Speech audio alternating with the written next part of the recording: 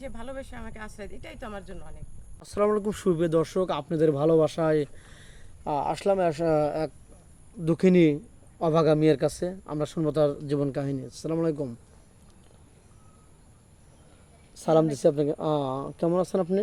কিন্তু ভালো আছি, সকালে খাওয়া দাওয়া করছেন? করছি। মনটা আজকে নরম দেখতেছে, কি ভিতরে কোনো কষ্ট লুকানো আছে নাকি? কষ্ট তো অবশ্যই আছে ভাইয়া, কষ্ট না থাকলে আপনাদের কষ্টটা কি আমাদের উপর নাকি ভাগ্যের উপর? কষ্ট ভাগ্যের উপর, আমাদের উপর নাই তো। না না, আমরা কিন্তু সাধ্যমতো চেষ্টা করতেছি আপনার জন্য কিছু একটা করার জন্য। বাংলাদেশে হোক আর প্রবাসী হোক, যে কোনো ভাইজান আপনাকে লক করে আমাদের নাম্বার অলরেডি দিয়ে দিছি। যে কোনো দিন আপনি সারা পাবেন ইনশাল্লাহ। নিরাশ হবেন না, এটা আশাবাদী। আপনি নিরাশ হবেন না। তো যাই হোক, কোনো প্রবাসী ভাই আপনাকে বিয়ে করে রেখে গেল শ্বশুর শাশুড়ির কাছে, আপনি কি তাদের সাথে খারাপ ব্যবহার করবেন? না, কেন খারাপ ব্যবহার করবো? আবার টাকা পয়সা পাঠালো, টাকা পয়সা নিয়ে আরেক ছেলের হাত ধরে চলে যাবেন, না না, এরকম প্রতারণা করবেন নাকি? না না, এখন কিন্তু আপনি অসহায়, আপনি রাজি হচ্ছেন, স্বীকার হচ্ছেন, পরে আবার দুই নম্বরই করবেন না তো, তাহলে কি হবে? না, কেন করবো?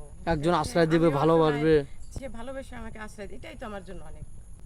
তো যাই হোক, না এটা আমি বলছি যে কোনো প্রবাসী ভাই আমাদের দ্বারাই বিয়ে শাদী করলো, তার সাথে প্রতারণা করলেন, তাহলে বলবে যে ভাইয়া আপনাদের দ্বারাই নিলাম, মেয়েটা প্রতারণা করলো, তাহলে আমরা কিন্তু নাক চুল কাটা গেল, তাহলে আপনার কিন্তু শাস্তি হবে, পানিশমেন্ট হবে, যে আপনার আমাদের যারা আপনাকে পাইলো, তো এরকম কষ্ট কিন্তু দেওয়া যাবে না, ঠিক কিনা?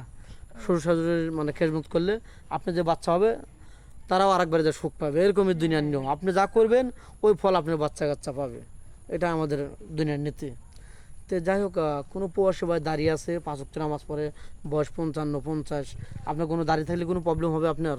না না, বয়সে তো নবীর সুন্নাত, দাঁড়িয়ে রাখা তো ভালো। হ্যাঁ হ্যাঁ, অবশ্যই। এই যুগেও সব, ওই যুগে মানে দুই কালের জন্য দাঁড়িয়ে থাকলে ভালো না? হ্যাঁ। অনেক মেয়ে কিন্তু চায় না, দাঁড়িয়ে চায় না, মডেলিং মেয়ে তারা। আপনার ওরকম না তো? না না, আচ্ছা, যাই হোক, আপনি কি গান পারেন? গান বলা যাবে? না। গান পারেন না? রান্না বান্না তো সব পারেন। হ্যাঁ, রান্না করি। আপনি কি খেতে ভালোবাসেন, মানে কোনটা আপনার কাছে ফেভারিট খাবার? ভাইয়া আমার কাছে গরিব মানুষ, আমি ডাল ভাতে খুশি? ডাল ভাত খেলে আমি আর চিন্তা করেন মানুষ কীরকম অসহায় হলে পারে কথা বলতে পারে, আমরা ডাউল ভাতে আমাদের চলবে, এই ধরনের কথা সচরাচর কেউ বলে না। খুব কষ্টের সাথে কথাগুলো বলতে হয়, কারণ মেয়েটা খুবই অসহায়। কেউ পাশে দাঁড়ালে আল্লাহ খুশি হবে এবং মেয়েটাও সারা জীবন বড় দেওয়া করবে।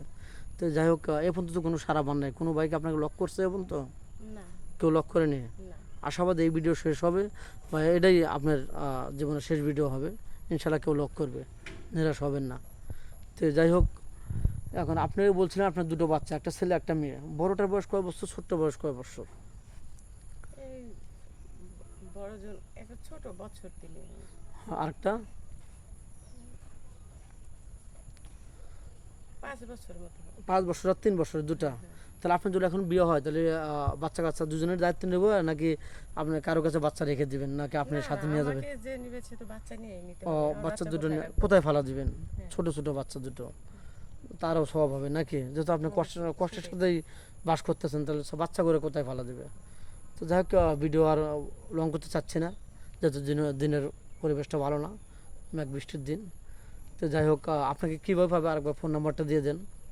আমার তো ফোন নাম্বার নাই ভাইয়া, মোবাইল নাই তো আমার।